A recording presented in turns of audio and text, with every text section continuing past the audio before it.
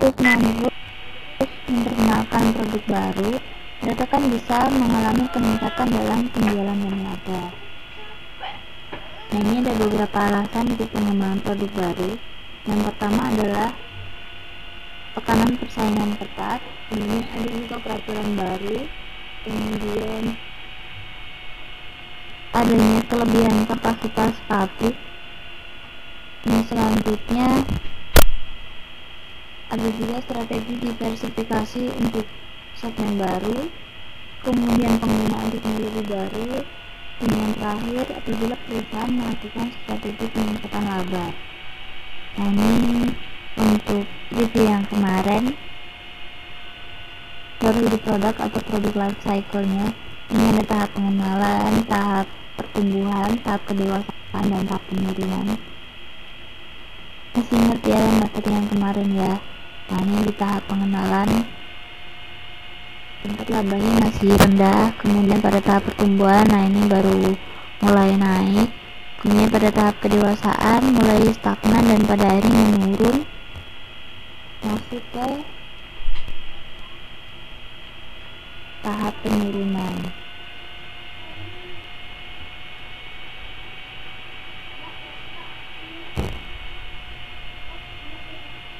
Pemalunya lumayan banyak, ada 8 orang gitu, sama 5 orang gitu ya. Apa yang baru dapat sama sakit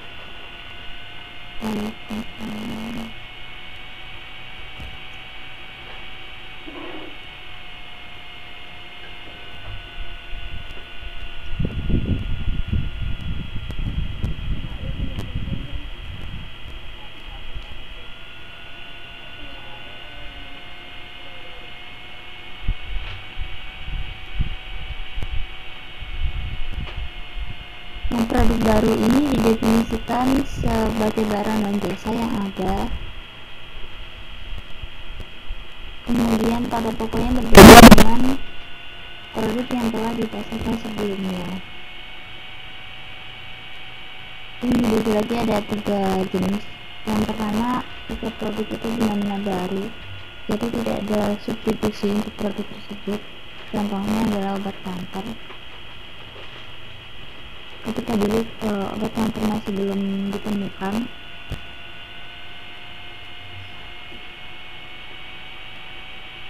sehingga dia jadi satu-satunya produk dan belum ada substitusinya. Kemudian yang kedua adalah jika produknya itu jenisnya sama, hanya modelnya saja yang baru, contohnya adalah motor, laptop. Kemudian juga produk tiruan, ini contohnya MP3 player. Nah, ini bisa dilihat di sini. Dan MP3 player itu fungsinya lebih ke dia bisa menyimpan data, cuman kelebihannya dia digunakan untuk memutar musik. Nah, ini kan asalnya dari USB atau flash disk yang fungsinya untuk menyimpan data saja. Jadi dia meniru produk ini cuma dengan memberikan manfaat yang baru.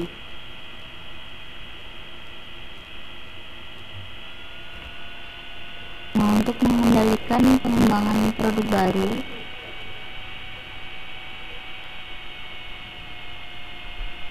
perlu dilakukan yang pertama adalah identifikasi kebutuhan pelanggan, kemudian menentukan posisi pasar, yang ketiga mengembangkan produk baru seperti yang tadi.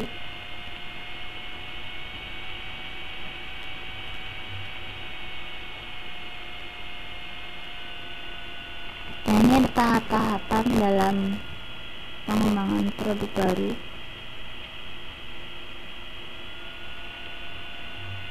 Ini tahap daur pengembangan produk baru ya, bukan daur ulang.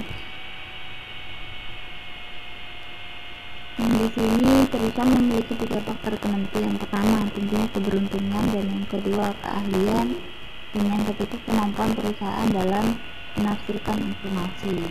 Nah, tahapannya ada 5. Yang pertama pencarian data dan penyaringan ide. Jadi di sini.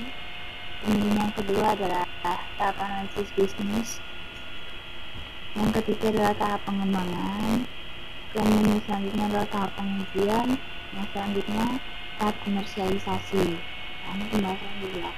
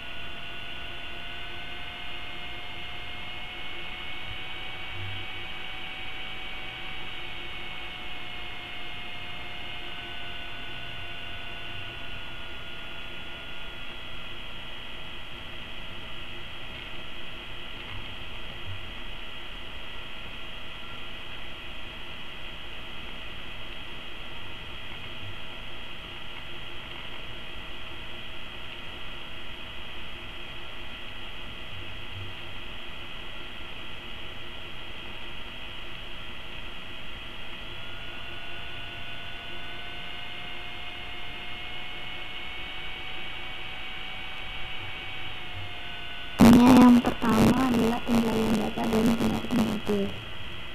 Ini bisa dilihat di grafik halaman 5.24 di modul.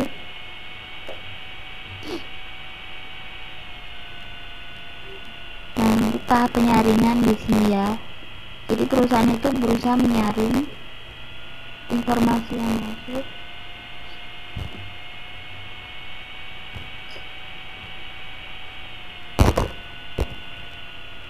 Ini perusahaan bisa memilih sejumlah ide dari berbagai sumber. Itu bisa dari manajer, pesaing, para ahli, distributor, serta pelanggan. Jadi ini dipilih, disaring. Kemudian perusahaan mendorong penciptaan ide dengan mengimplementasikan prosedur yang sistematis untuk menyalurkan ide ke departemen selanjutnya, yaitu departemen pengembangan produk. Nah, cara pencarian idenya ini ada beberapa. Yang pertama adalah akuisisi. Ini jika ide berasal dari perusahaan lain. Keuntungannya adalah menekan biaya pencarian, penyaringan, pengujian, serta komersialisasi. Nah, di sini perusahaan tidak perlu susah-susah untuk mencari sendiri, menguji sendiri,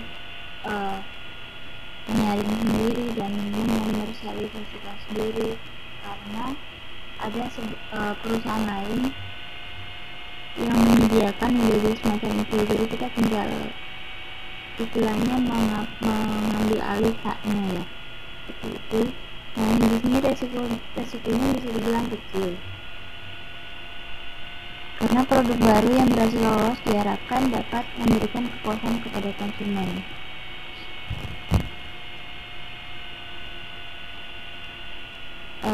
Perusahaan yang biasa menciptakan ide-ide baru itu kan dia sudah teruji kemampuannya. Dia juga sudah melakukan istilahnya penyaringan, penyeleksian terhadap ide-ide yang dia munculkan.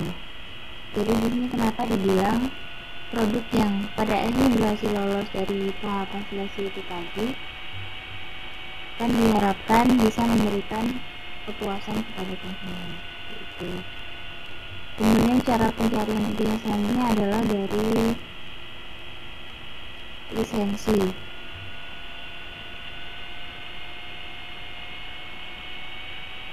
Keuntungannya bisa menghindari biaya pengembangan produk yang tinggi dan juga efisiensi waktu.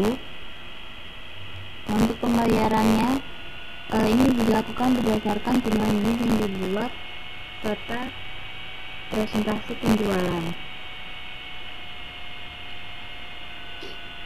Nah, selain faktor biaya, keuntungan lainnya untuk lisensi tadi ini terkait dengan efisiensi waktu. Jadi di sini perusahaan tidak perlu membuang-buang waktu untuk mengembangkan produk yang sama. Jadi kita cukup ambil dari perusahaan lain dengan menggunakan lisensi.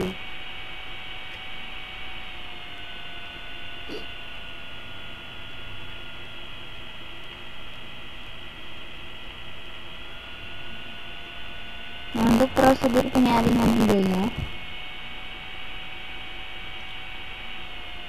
ada 2 tahap.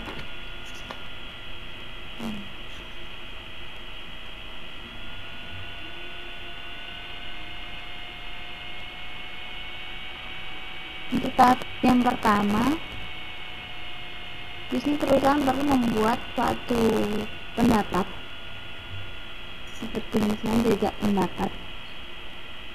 Nah, ini harus dilakukan secara cepat untuk melihat apakah ide tersebut sesuai dengan rencana perusahaan, keahlian teknis yang dimiliki perusahaan, serta kemampuan finansial mereka. Nah, ini bisa dilakukan oleh manajer dan staf ahli. Di sini ada beberapa kesalahan-kesalahan yang harus dihindari, karena kalau misalnya yang dilakukan itu tidak bisa fatal. Yang pertama adalah kesalahan membuang, yaitu ketika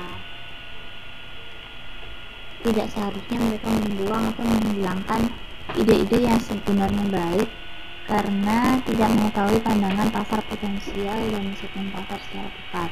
Yang kedua, kesalahan melakukan ketika mereka memilih ide yang kurang baik untuk dikembangkan. Jadi ketika ide itu sudah terlanjur dijalankan, perusahaan tidak dapat menutup biaya-biaya secara sempurna. Jadi misalnya yang tercover hanya biaya tetapnya saja atau biaya variabelnya saja. Ini karena pengcoveran biaya tidak dilakukan secara sempurna, jadi laba yang diperoleh oleh perusahaan juga hasilnya kurang maksimal. Kemudian tahap yang kedua, yakni menentukan urutan ide yang lolos secara lebih terperinci dengan mendasarkan pada faktor-faktor yang dianggap berkaitan dengan perkembangan produk. Nah, ada beberapa hal yang perlu dinilai. Ini bisa untuk detailnya lebih bisa dilihat di tabel 5.7 halaman 5.27. Ini terkait dengan kemampuan pasar, ketahanan produk, kemampuan produksi, serta pertumbuhan produk. Jadi nanti kita perinci masing-masing elemennya, kemudian kita beri penilaian dan parameternya dari perusahaan kita sendiri. Contohnya misalnya untuk kemampuan diperdagangkan. Nah, ini skalanya ada sangat baik, sedang, jelek, sangat jelek. Nah, untuk sangat baik itu parameternya apabila produk memiliki kelebihan dalam hal karakteristik terhadap produk saingan, jadi dia kualitasnya lebih unggul. Kalau produk kualitasnya lebih unggul kan tentunya lebih diminati di pasaran. Nah, kemudian misalnya untuk kualitas jelek, parameternya memiliki beberapa karakteristik yang dapat dipromosikan tapi secara umum tidak. Jadi sebenarnya dia memiliki keunggulan, tapi ketika dipromosikan keunggulan itu masih kurang menjual gitu. Nah, ini faktor-faktor yang dipertimbangkan ini ada dari A sampai E, dari F sampai E. Nah, nanti bisa dibaca sendiri karena deskripsinya sudah cukup jelas ya. Nah, setelah dilakukan penilaian secara kualitatif tadi itu kan kita nilai sangat baik, sedang, jelek, dan sangat jelek, kan itu penilaian secara kualitas ya. Nah, selanjutnya kita lanjutkan dengan penilaian kuantitatif. Nah, ini bisa dilakukan dengan indeks seperti pertemuan kita tentang perilaku konsumen, penilaian tentang indeks kemarin. Nah, ini rumusnya masih sama. Nah, kita sebut metodenya sebagai metode nilai faktor timbang. Nah, jadi kita identifikasi faktor atau atribut produknya. Nah, ini atribut produk. Nah, kemudian pembobotannya kita tentukan. Nah, kemarin kan sudah kita bahas ya tentang bagaimana cara menentukan bobot dari masing-masing atribut. Ada yang masih ingat?